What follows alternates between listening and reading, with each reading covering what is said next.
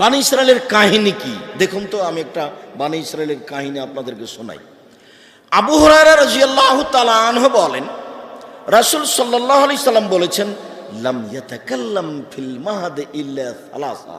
মায়ের কোলে দুধ খেতে খেতে তিনজন শিশু বাচ্চা কথা বলেছে। টপ টপ টপ টপ করে কথা বলছে। মায়ের কোলে দুধ খায়।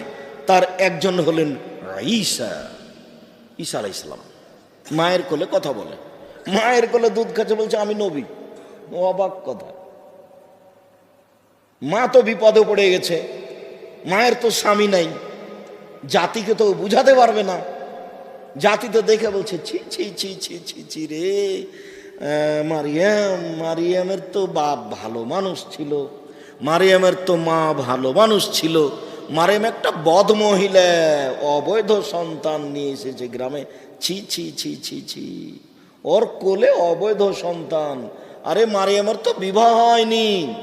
মারিয়াম নিজেও বলছেন, যখন জিবরাইল এসে বলছেন আপনার কাছে একটা সুসংবাদ নিয়ে এসেছি, আপনার একটা ছেলে সন্তান হবে, তখন মারিয়াম বলছে কিভাবে সন্তান হতে পারে? অলাম ইয়ামসাসনি বাশারুন ওয়ালাম আকু বাগিয়া, আমার বিবাহ হয়নি, আমি জেনাও করিনি। আরে আমি মারিয়াম, আমার বিবাহ হয়নি, আমি জেনাও করিনি, আমার সন্তান হতে পারে কি করে? হয় বিবাহ হলে ছেলে হবে, না হয় জেনা করলে ছেলে হবে। আরে আমি মারিয়াম জেনাও করিনি, আমার বিবাহ হয়নি, আমার সন্তান হতে পারে কি করে? তখন জিবরাইল বলছেন একুল রব্বুক হুয়া আলাইয়া হাইয়্যিন।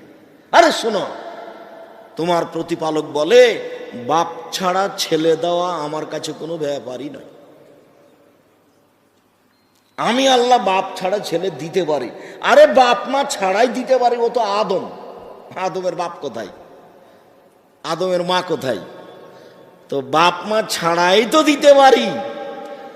আর মারিয়াম তোমাকে তো আমি মায়ের সন্তান দিয়েছি, মা তো আছেই।